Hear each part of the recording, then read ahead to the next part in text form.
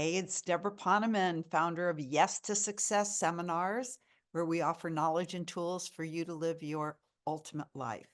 And Ageless, anti-aging for your brain, body, and future.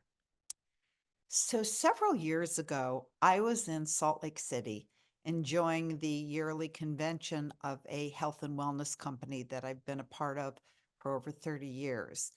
And even though the convention was filled with world-class speakers and really cool entertainment, mind-blowing products, uplifting award ceremonies, what struck me most profoundly was a story shared from the stage by a marketing executive named Janice Walker.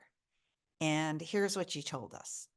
She said that several years before, Janice had returned from Africa, where she had gone to adopt two young twin brothers. She and her husband already had four biological children and two other adopted children.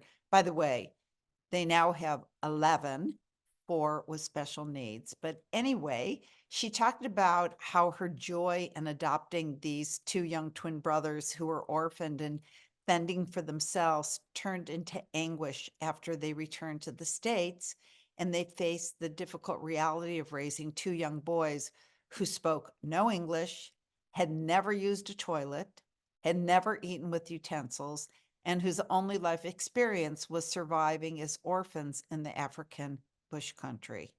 And now they were living in suburban Seattle. So Janice shared that one day it was all challenging, but one day it just became too much for her. And she sat down on the couch feeling that perhaps they had made a big mistake, and she began to weep.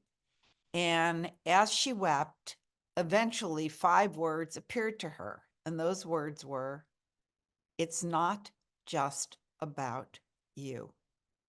And at that moment, she just kind of woke up and her entire life shifted.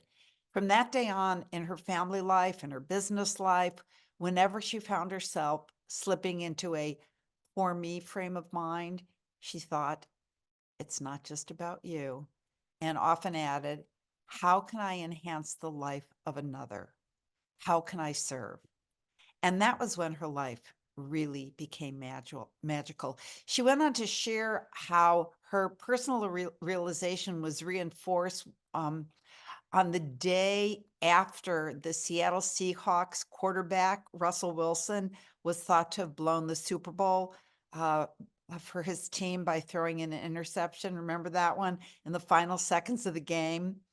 But the day after that game, he showed up at the children's hospital where one of Janice's sons was having an operation on his cleft palate.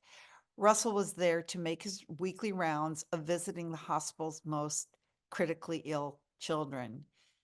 Being the true hero he was, instead of wallowing in his loss, he moved on because he knew it's not just about me. Has this been a time of huge change or challenge for you? I mean, does the world and its problems seem even a bit surreal these days, with wars raging and climate incidents increasing daily, mass shootings becoming commonplace, our politicians out of control? One can begin to feel a little dazed with it all. If that's what you're feeling, you're not alone. First of all, according to many ancient prophecies, these times of radical change have been predicted, while some interpret events like the um, ending of the Mayan long count calendar several years ago as the beginning of catastrophic times. But most think it signals a shift into a new and glorious era for humankind. And I choose to believe the latter is true, that we're going through a global shift in consciousness that's opening us up internally, but it's shaking things up externally in the meantime.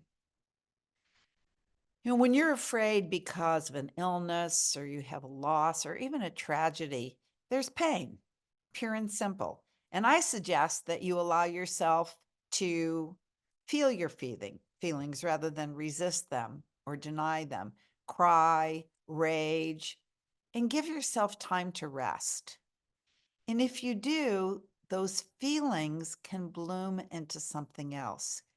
Gratitude can eventually well up for the past, even for what happened, and the present. And a sense of peace can emerge about the future. And love can fill you with a beautiful depth of compassion for other people who are also facing uncertainty. The Buddhist nun Pema Chodron once said, I actually have the quote over here, so I quote it properly.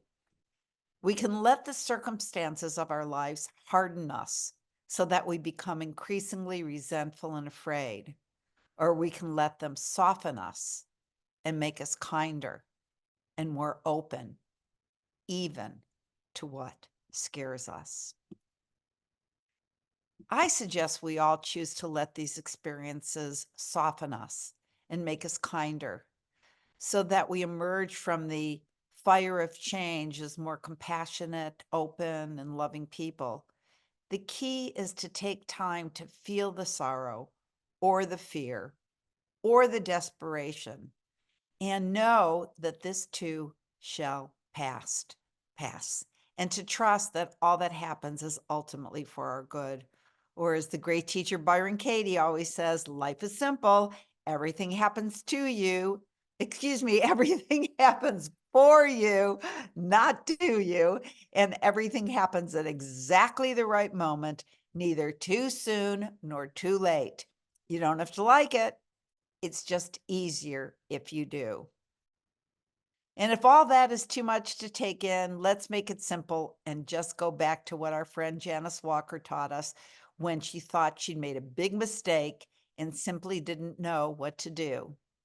Remind yourself, it's not just about me. And I'll never forget how Janice ended her powerful talk that day when she said, and the truth is, no matter how bad it gets for some of us, there are many people out there praying for exactly what you take for granted. Sending you love, and I'll see you next week. Bye for now.